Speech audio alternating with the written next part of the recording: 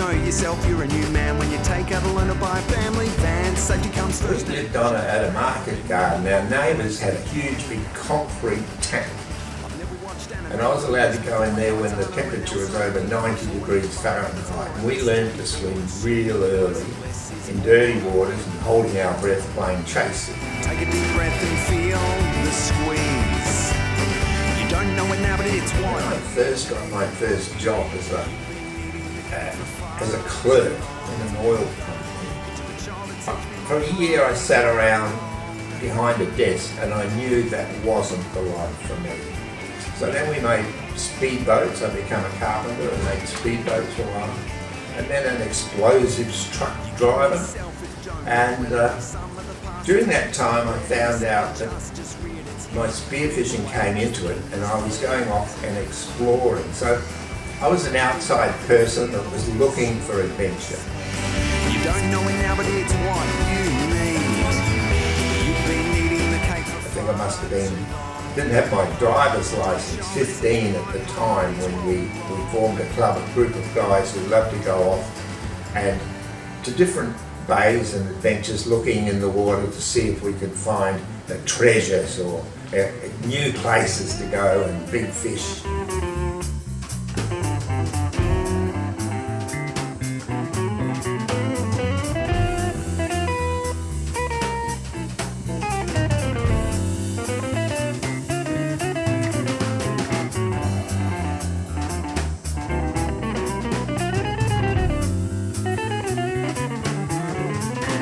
What happened in the early days of diving, you had to be able to snorkel well, you had to be able to hold your breath.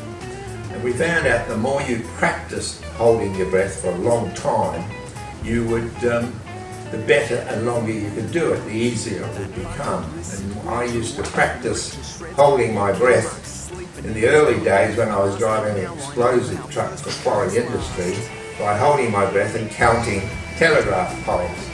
Well, we know the final result, if you hold your breath too long, you go into shallow water breakout, they call it, because you don't breathe. So it was probably a fairly dangerous thing to do. But y'all to teach me my priorities were all wrong. Take a deep breath and feel. Well, in the early days, we went in, we speared a couple of fish, and the sharks would whiz over your shoulder and pinch the fish off your gun. And that really spooked us a bit because we knew they had very sharp teeth and that they could. So we decided in the future we'd better get our fish, after we speared them, out of the water so there wasn't so much blood around.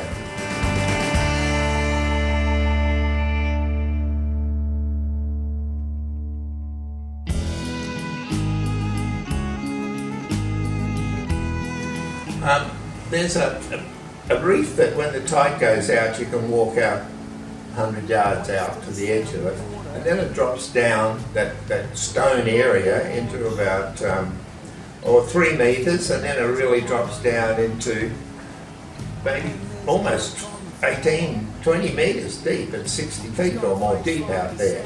And I was way out offshore in the very deep area because I thought after 4 hours of spearfishing there would be more fish that hadn't been attacked or been spooked out there. And so that's where I was deep down the bottom. I was underwater and I was just about to spear a great big tillyworty or strongfish, and I was just guiding myself in when this huge thump and crash hit me in the chest. It knocked the gun out of my hand, the mask off my face. I was hurled through the water faster than I could swim, and I realised I was in big trouble. I gouged around the shark's head as trying to get its eyes, and it seemed to let me go, and I pushed at it with my hand, but my hand disappeared in its mouth and tore. I had hundreds of stitches in my hands here. I quickly put my arms around the big shark, holding on back from its jaws so it couldn't bite me. And then I realised I'm still maybe 15 metres, 20 metres underwater holding my breath, and I'm going to drown. So I had to let go to the surface. When I hit the surface, I managed to get one breath of air, and looking through the water, I've still got this memory of pink water, red water, which is my blood, and this great big shark coming up. with big white teeth to bite me, and I thought, I'm gone, what can I do, what can I do? I kicked as hard as I could at that shark, which only just brushed it. But the miracle happened, the shark came and swallowed the fish float with 2 or 3 fish on it. And as it took it, it spun away, but the line came tight to my belt and it started dragging me underwater. And as it dragged me further and further, I tried to get rid of the belt, but I couldn't find the catch.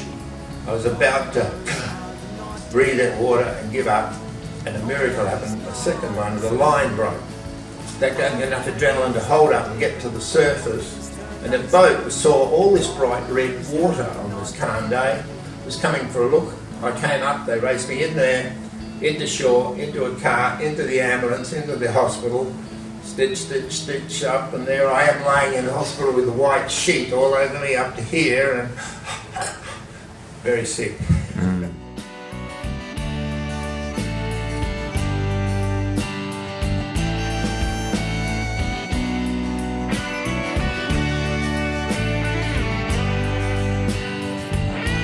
I was still pretty weak at about 3 months old, 3 months after the attack, but my wife paddled me out on a board in the middle of the first group in the spearfishing clubs that got together, and she paddled me out to Horseshoe Reef, and I jumped over the side. I didn't have a wetsuit because they'd been cut off me at the time and was totally ruined. And I got in the water and I saw a really good eating long-snouted oarfish with its head in the cage, and they were a prize fish. And I couldn't even load my spear gun rubber. My Kay had to load it for me, I was that weak. And as I went down, I could feel the pressure of the water on all my broken ribs and my chest. And I took a shot and I got that fish. And as I came up, my wife had to help me back onto the big paddleboard.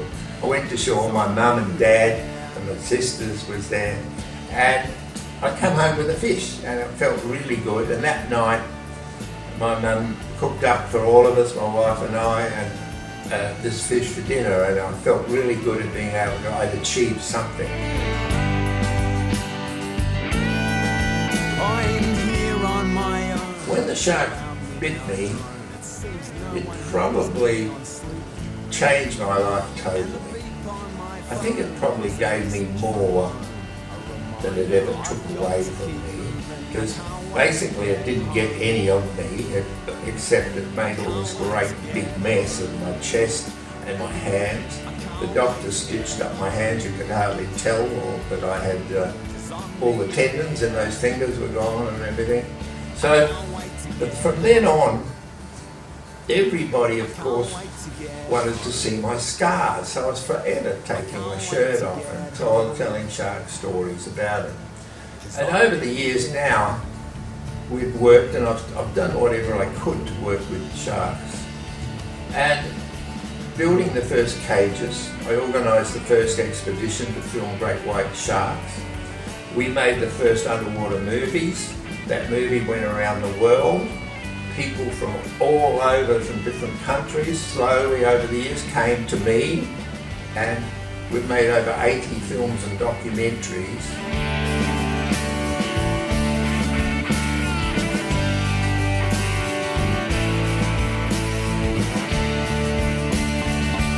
I can't wait to get home. I can't wait to get home. I can't wait to get home.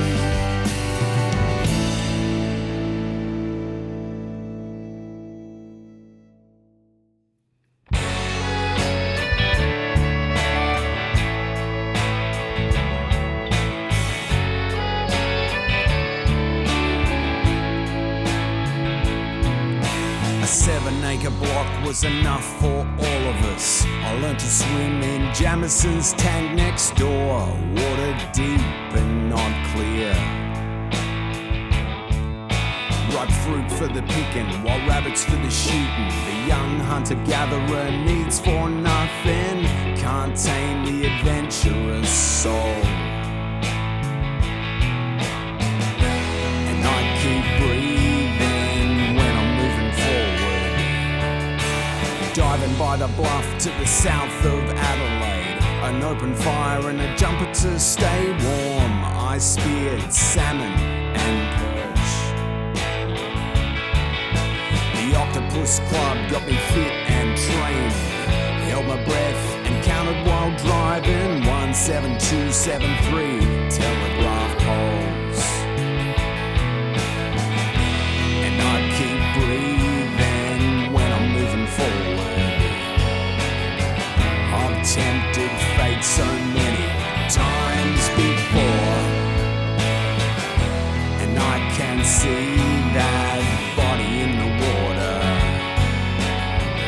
We ain't so different, you and I.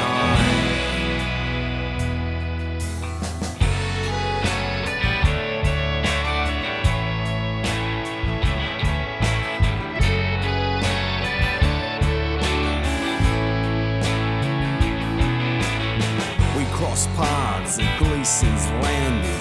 Stole my catch right from my hand spear. This was the first great escape.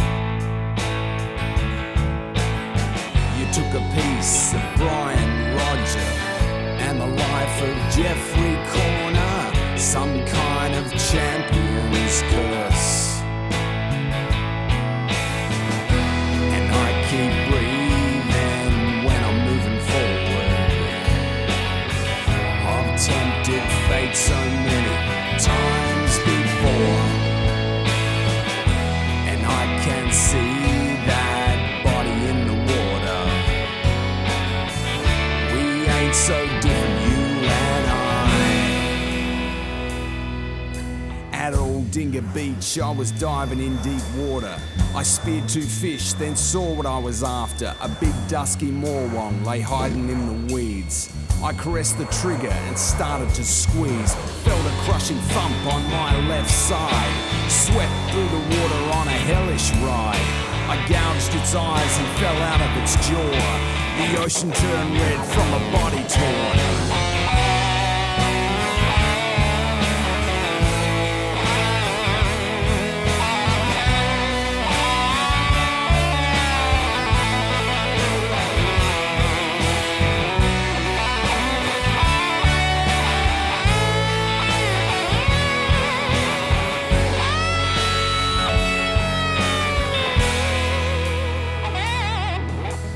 Blood runs warm in the coldest waters, an icy colour in the darkest corners. I'm coming up from below, and I've been where no one's been, and I've seen what no one's seen. These eyes are like a black hole. Takes back a lot of memories there. That's amazing. Yeah. Yes, it made run my life before me, and remember a lot of things that I've forgotten for a while, and I certainly saw things listening to that music and this song that leave me a bit breathless. I think that's an interesting a ballad. And I don't know whether people will appreciate it as much as I do. Very special. Well, your fans will love it. It's quite, yeah. Have a couple of whiskies and a couple of red wines and just sit back and listen to that, and you've got a real story, and it's hard to believe it was me. It is you, not was. Died already.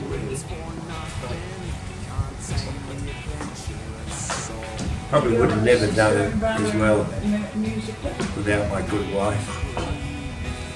It's probably all the time I was going through that, and for the next 54 years since my shark attack, I've had a lovely offside alongside me, my first wife. That's a joke.